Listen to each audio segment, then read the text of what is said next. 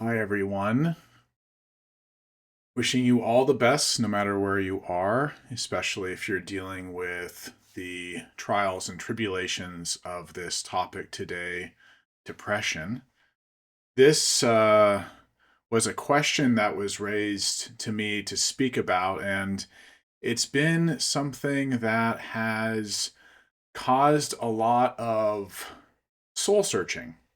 Soul searching because it is so close to myself, my loved ones, the society at large.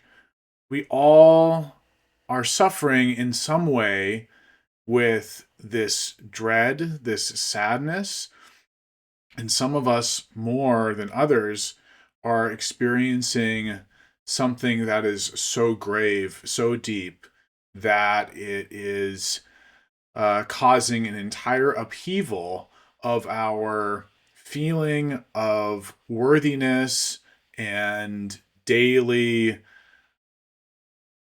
benefit in a way to the life around us. We might not feel like we are worthy to be here. We might feel that the external world is beyond our understanding and so overwhelming that it threatens to entirely drown us. Many of us feel this way at this time, and some of us are feeling it in an extreme way. So, if that sounds like you, the first thing that I want to share with you is that you're not alone, that there are others that feel this way, especially in this time. And so, first, I hope that you will hear that in your hearts a little bit, that you are not alone in this.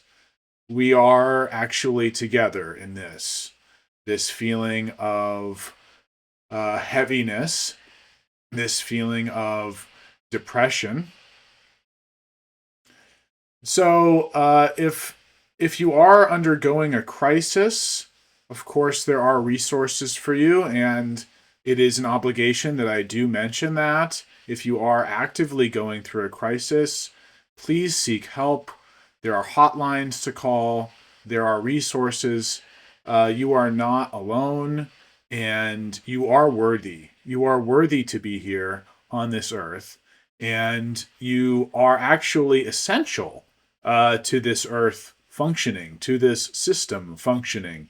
You are so essential. And I mean that from the bottom of my heart, that if you are going through any of this pain, that you are extremely important to this world, and that you are essential to me, actually, directly as an individual, spiritual practitioner. You and I are linked by a great many causes of interdependence. And I mean this from the bottom of my heart when I say that you are worthy, you are important, you are so very important to this world right now. So if there's any way that you can seek help, please first let us go do that.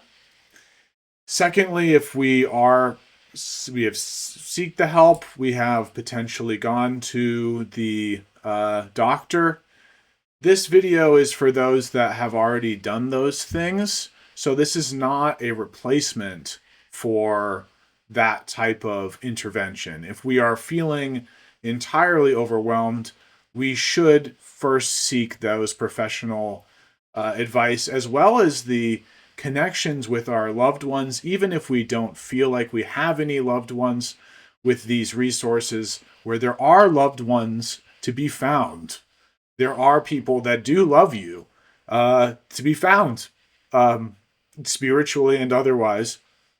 And I can assure you of that because I myself feel it in the bottom of my heart, a love for you, for all those who are suffering in this time. So that's what I want to start with. But now to go into how do we deal with this? And this is going to come from the tradition of Buddhist tradition. And that doesn't mean that if you're not Buddhist, it won't work for you. It just is the tradition that it's coming from. But this really, what the Buddha taught was how to tame the mind. And he recognized all of the interdependence and interplay of the world around us, and also how our own mind is, in many ways, our own worst enemies. That sounds pretty relatable right now, doesn't it? So, right now, our minds are our worst enemy. Our minds are creating a projection, an overlay on the world around us that is sucking us into a vortex of pain and suffering. That actually has a relationship then with what we experience. We actually then experience more troubled situations where we feel alone, that we feel in trouble, that we feel out of place. All of that actually comes from these subtle thoughts within our minds that there is something wrong, and the fact that we haven't been able to conquer them. In a lot of ways, what we do in a default way is that we try to distract ourselves from the things in our lives that are wrong and the things that scare us. So, for many of us right now, we have a myriad of external factors that are extremely scary. In a macro level, these factors are the global shifts of ecology, the global shifts of technology, the economic winds that are threatening to take our livelihoods or have already put us in a place of poverty or unsettled instability. All of that creates a tremendous load on the mind. Even though we try to distract ourselves from it, even if we put ourselves in a little box somewhere, that load is there. It's part of the world. And because of that, it affects us. And so, for example, during the COVID pandemic, depression skyrocketed. Why did it skyrocket? Mental health crisis skyrocketed. Why? Because we all felt the effects of that crisis. Even if we lived in a place where we could go outside, we could find joy out in nature, maybe for moments, we still felt this burden, this heaviness. So there are many external factors that are leading to this that are way, way beyond ourselves, beyond our personal lives. Then there are our personal lives. And for many of us, all of these macro factors are touching our personal lives very directly. But then additionally, we have all of these interpersonal relationships where all of these, again, macro factors are touching them. Because of that, everyone's stress has been raised up. Everyone's sadness, feelings of pointlessness, feelings of the world is not going in the right direction. All of that is affecting those in our lives. And so we are getting constant external reinforcement for a negative worldview. And that reinforcement conditions us slowly but surely, day in and day out. We read the news, we see the suffering. We look even in our interpersonal relationships, we see people that don't have enough. We drive to the grocery store, we see people on edge, we feel that around us. And all of this can be overwhelming on our systems to the point where we have these disorders that have manifested maybe many years ago, because this has been going on for many, many years, actually, generations and generations and generations at this point. And so all of this, as the Buddhists would call karma, but what we can also call it is just cause and effect. All of the effects of all of these previous decisions by all of these individuals around us, all of these powerful players in life, have burdened our minds, all of our minds. Some of us have developed coping strategies that kick the can down the road a little bit. Others of us, because of all of these different interplays, genetics, etc., our families, our interpersonal relationship, are buried by these things. So that is not a real challenge, meaning it's not a real thing in our minds that is really difficult to understand. It's pretty simple, actually, when we look at it. We all know this. But our coping strategy, mostly in this day and age, especially the ones that are culturally appropriate, are those of distraction. We do not want to look at that. So this external world that we just set up is mirrored also in our internal world. We feel these emotions that are like a mirror of all of the upheaval that is happening outside of ourselves, all of the news, all of the challenges of the world, all of our interpersonal relationships, all of those things are then mirrored inside of ourselves.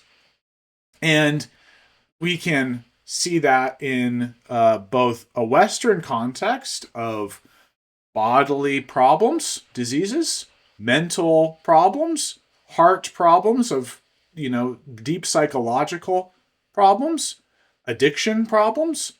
All of that is the mirroring, actually, of the external phenomena, all the external life around us that is so difficult, so overwhelming, is then being transferred or mirrored, actually, in our internal landscape. So we feel that feeling of the ecological damage. We feel that feeling of economic inequality. We feel that feeling of interpersonal stress. We feel that, actually. All of us feel that to a degree, and some of us are very sensitive to that and actually have become very burdened by that. Also, the genetic interplay. The part of the ecological part is also what we eat, what we drink. That's all interrelated to the way our system works, the way our gut biome works, the way our neurological system works. All of that is mirroring each other. This external and internal, external and internal. And that what we oftentimes do on both an external and an internal perspective, as I mentioned a few moments ago, is we distract ourselves. We say, oh my gosh, I don't feel very good. We feel this heaviness that just won't go away. Let me enjoy a treat. We will watch a funny movie. We will look at our phone and try to have a dopamine response. Some of us also engage in other types of addictive behaviors, such as drugs and alcohol, for example. And then those types of coping mechanisms, these self-medications that we engage in, which are just distracting us, attempting to distract us from the situation at hand, this overwhelming feeling, that actually doesn't work because it creates a tension, a larger tension between what we view as good and what we're afraid of. that's overwhelming us that is very much in our minds bad. So we actually will create more and more and more tension between these two. And that tension will then create more and more despair when we cannot distract ourselves. Eventually, the games, the treats, the addictive elements will actually start to decline in their benefit. They won't benefit us anymore.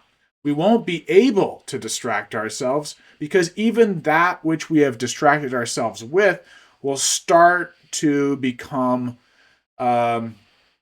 problematic for us.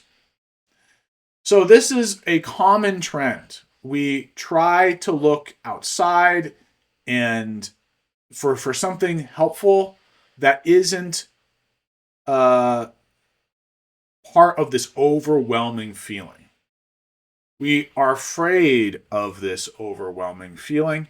We are afraid of the fact that we are depressed.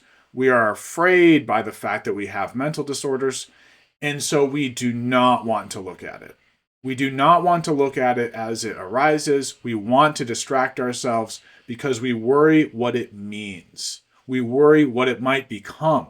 But actually, when we engage in this distracting, it creates the cause for that to become worse, for it to become our fears to come true, actually.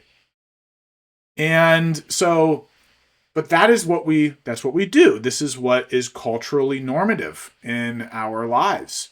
We have all sorts of vices and all sorts of enjoyments that are projected to us all the time. Hey, you don't have to worry about the world. Look, there's a new offering from this fast food chain. There is a new game. There is a new fix for this. A new music is out. A new concert is coming.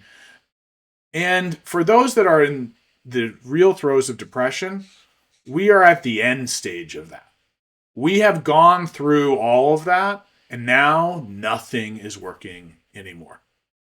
All of that stuff that we used to feel like we would enjoy, that would distract us from the pain that we might feel in our lives, now all of it looks dark. Now all of it looks gray. Now all of it is a part of this despair.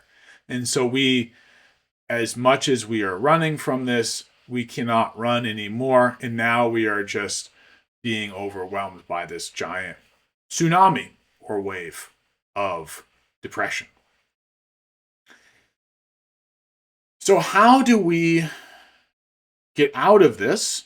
And what is the secret here from this, again, this spiritual context, looking at the way that this mind projects the external world? How do we actually start to purify our minds or release this tension in a way that then will heal us and also heal our relationships, heal the world, heal everything? What is that? How can we do that? So first is just understanding that all of the context of this external and internal projection, this mirroring, is the case. First is admitting that. Yes, there is that. All of this external stuff, all of this internal stuff, they work, they interplay. And the interplay of this is destructive. It's painful out there, it's painful in here. Next is seeing that the external stuff we can't actually control. If we try to distract ourselves, if we try to look for a solution externally, doesn't really help. It helps a little bit, but it doesn't solve the problem, especially if we've been doing this for a long time and those coping mechanisms have failed. It's not working anymore. So how do we solve this? It actually, our only option is to start to look into our own minds, to start really shining the light of awareness on this dark cloud that is within. Now, this involves watching one's mind, watching the pain of one's mind, seeing where the pain arises and where it fluctuates, and starting to see that even with deep, dark depression, it changes. There are moments when that depression is very, very difficult. There are moments when it has abated a little bit. There is a once we start seeing that, there is a little bit of light that we can shine from our awareness, from our wisdom. We can start to see that it is possible for it to be abated, because we see that there are times when it really, really, really, really is bad. And then there's times where it's still bad, but maybe incrementally less bad. As we start to see that that's the case throughout our day, throughout our night, that there are these moments of change, then we might want to see that it is possible for it all to change. We might want to be open that this can entirely alleviate itself. It's not something that we can admit at all when it's constant. But when we see that there's just flickers of inconsistency, there is fluctuations even in these in this paradigm, this depression that we're in, then we suddenly will see that there is an opening for change. So first is watching our minds and seeing that there is possibility of change. This can change. This is changing. It might not be getting better, but it's fluctuating moment to moment, hour to hour. There is fluctuating occurring. So as we start to look at that, as we become aware that this fluctuating is occurring, then we can also start to look at where all of this lives. And we will find that it lives somewhere in our central meridian. That our feelings of darkness, depression, somewhere live here. Maybe it is up here. Maybe it's in here. Maybe it's deeper down in our guts. And as we start to see that that's changing as well, as we start to look more and more and we start to see that this is fluctuating. Oh, it's right here in my heart, or oh, it's actually up here in my head. So we'll start to look these various parts of our bodies. We'll start to see where it's not. Oh, it's not in my toes, for example. I don't feel depression in my toes, but I do feel it in my heart, or I do feel it in my head, or I do feel it in my throat or my gut, but I don't feel it in my toes. I don't feel it in my fingers, or my elbow. So now we start to look at the places where we don't feel that, but then go back to the places in our body that we do. And again, what we're doing here is we're starting to see that there are these subtle distinctions, and that these distinctions of depression and not depression somehow exist together in our bodies, in our minds, in our feelings.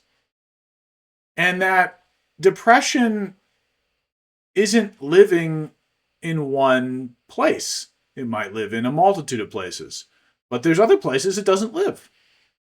And so as we start to see that and we start to watch that, we'll see again this fluctuation over time. And of course, this is a practice. So this is over the course of days, weeks, maybe, months. This is a constant practice that we can do. We start to look at these areas. We start to see what externally triggers us to feel even more overwhelmed. Is it when we get a message from somebody checking in? Is that when the overwhelmed feeling becomes worse?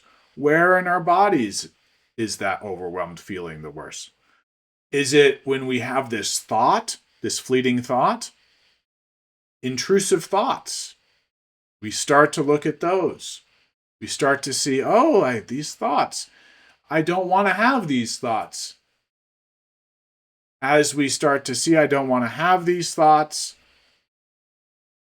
where does that feeling live? We start to see that. We start to acknowledge that. And then we start to see that maybe there's some places still where the depression doesn't live. Our toes, our fingertips, maybe our knees, I don't know. Our thighs, right? Our biceps. These aren't places where depression lives, maybe. Depression lives here. So as we start to, again, do this, as the triggering occurs, we can shift our gaze to these parts of our body that do not have this depression, and then back at the parts of our body that do have depression. And as we do that, we can start to see, there's a difference. Now, at first, it's going to feel like all of your body mostly has depression, but there still will be subtle changes, subtle distinctions between the parts of your body that feel the heaviest and the parts of your body that feel the lightest. There will be areas in yourself that are somehow less depressive. And as you start to scan your body with your mind, again, this will open your awareness, your wisdom, more and more and more. You will find that your channels, this central area which holds all of our emotions, can now start to release because you recognize it's not the only thing. Even in yourself. It's not the only thing, even in yourself. But where we were before is that we feel so overwhelmed and we don't want to look at it, that we're afraid that it is the only thing in ourselves. But we'll start to see that it's not.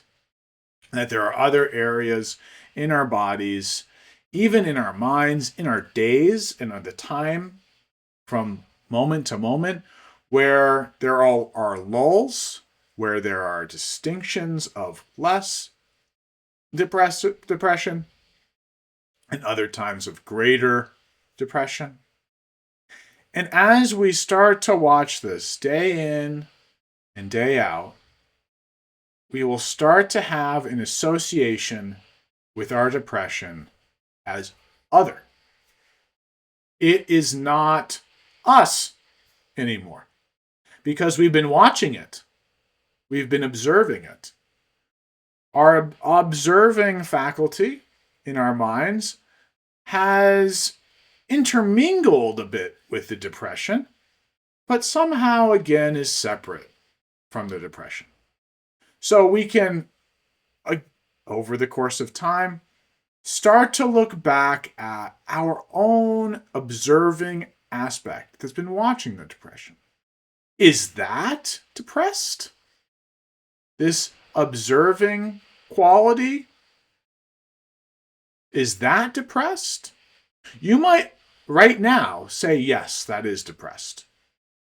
But if you were to go through this process where you look for where the depression lives in the body, and you find where the dark clouds are, and then you look back at the observer while you're looking there, you'll see the observer isn't it.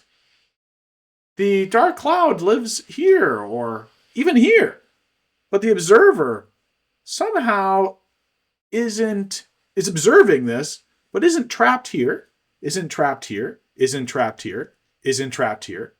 It's not trapped anywhere. So this will start again to gain confidence. You can gain confidence that the depression is not you. It's not you. But you're not running from it and hiding from it. You're looking at it.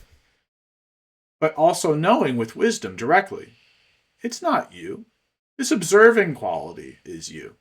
This depression is just a bunch of interdependent causes and conditions and effects. It is related to the external world. There's triggers for it. There's also different areas that it surfaces in the body. There are other areas that it doesn't or does less. And as we gain this association, you're watching something that no longer feels as overwhelming because in many ways, by observing it, you are creating a relationship with it. You are actually beginning a relationship as if you would be with another person. You are learning about it, learning all about it as if it is someone else. And as you start to do that, and you've done it for a while, then you can start to treat it as if it is someone else. And like it's a very close person to you. Maybe the closest person that you have in your life is this depression. It's right up in you, right? It's been right up in you for a long time. So now we look at our depression and we say, hello, depression. I'm the observer. You're the depression.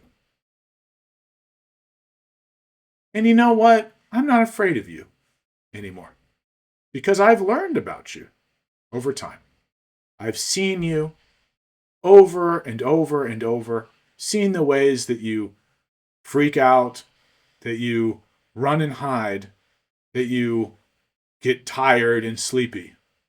I've found the times when you have threatened to take my life. And that's okay. I've learned a lot about you. And you're not that scary anymore. You're actually a very close friend of mine. You've been in my life for however long.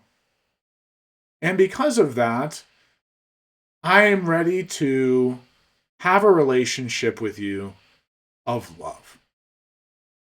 Even though I've been afraid of you, even though you've threatened to destroy me, I now understand you more. And because I understand you more, I've been able to see how you operate, why you operate this way. Because you're afraid, because you feel alone, because you don't want this to be the way it is, because you feel worthless in the face of this entirely huge paradigm of life. that makes sense. It makes sense that you feel that way. Depression.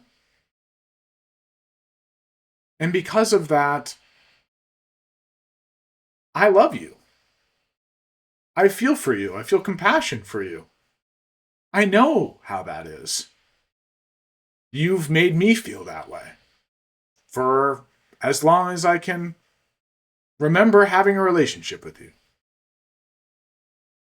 But now, when I look at you, I see someone else. Someone that isn't me.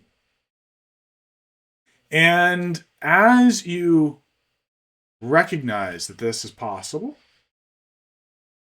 you feed this depression with compassion.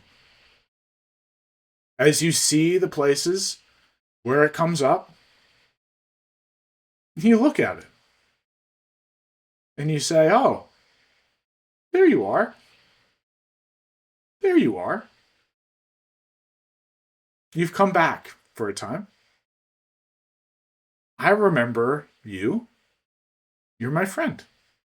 You're not really a bad thing. You're just a bunch of causes and conditions, a bunch of feelings of loneliness, despair, and you're understandable. And then I have a relationship with you now. And so I invite you in. I invite you in. Maybe, I've heard some other great teachers say, I'll invite you to some tea, get you some tea and cookies. I'm not going to run anymore. Now we're separate. But having a relationship. And in that, this relationship can become one of love. This thing that is this great, big, terrible depression can become a little tiny being that comes in now and again to your house and that you feed with tea and cookies. And you say hello. I remember why you come at this time. I know you come at this time because of these things. But that's no longer really the association I have. You're not me anymore. The observer that's watching you, that's appreciating you, even though you hurt me, even though you threaten me. I choose to observe you. And because I choose to observe you, in that way I choose to love you. To love you as part of this. This practice is hard, but 20 minutes ago or however long, we can see that it goes step by step by step. It can become this way, where even the most existential dread becomes a little bit like inviting an old friend to tea and cookies. Now, as I said earlier, but I want to be clear again, this is not a solution that shouldn't be taken with medication. It can be taken with medication. It can be taken with therapy. It can be taken with medical intervention. We can do this too. It's not something that this is the only solution, because all of this is interdependent. We have all of these relationships, and some of these relationships are very helpful. In the medical field, some of these are very important.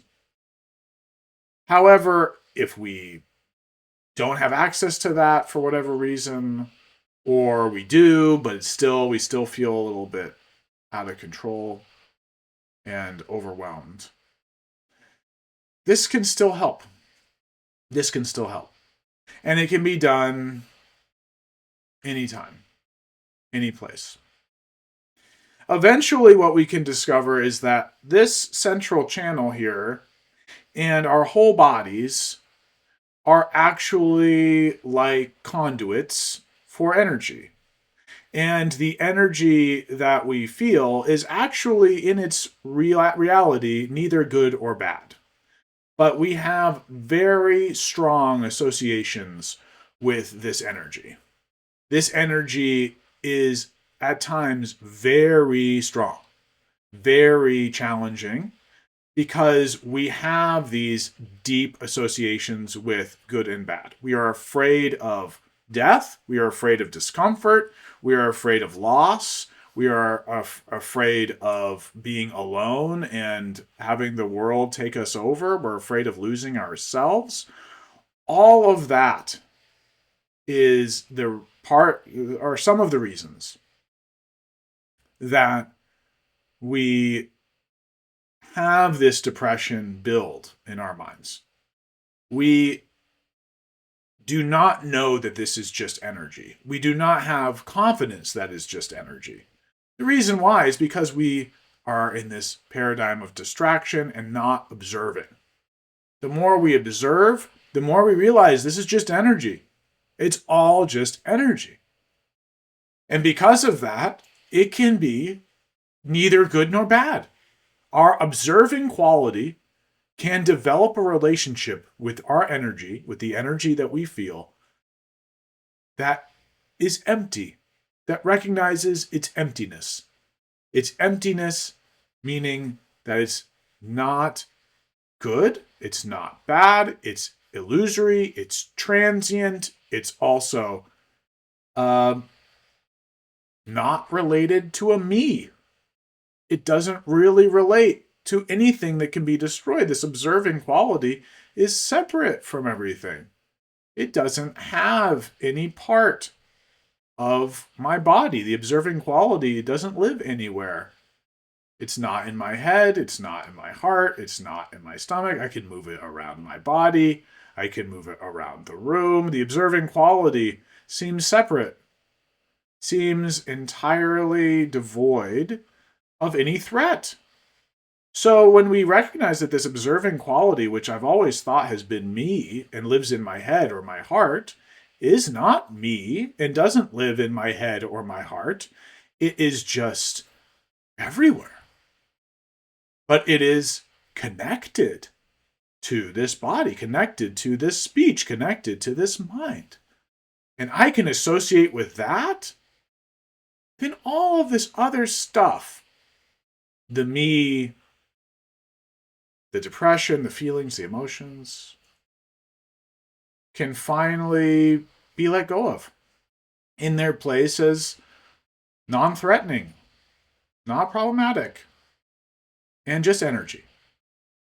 That's the end stage of this. The end stage of this is that recognition.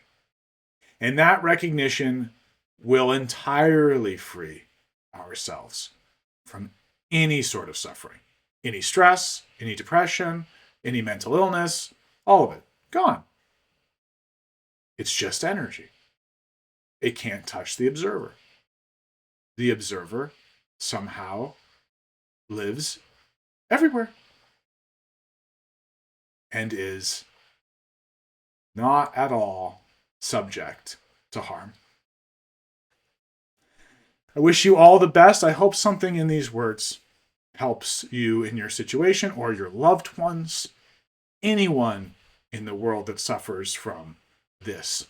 I myself have suffered from this. My family members suffer from this. This is a chronic, deep problem in our world. And this solution that I shared with you today is difficult to understand. But if you watch this again and again and you train in this, you can see that everything that I told you today is true. I guarantee it.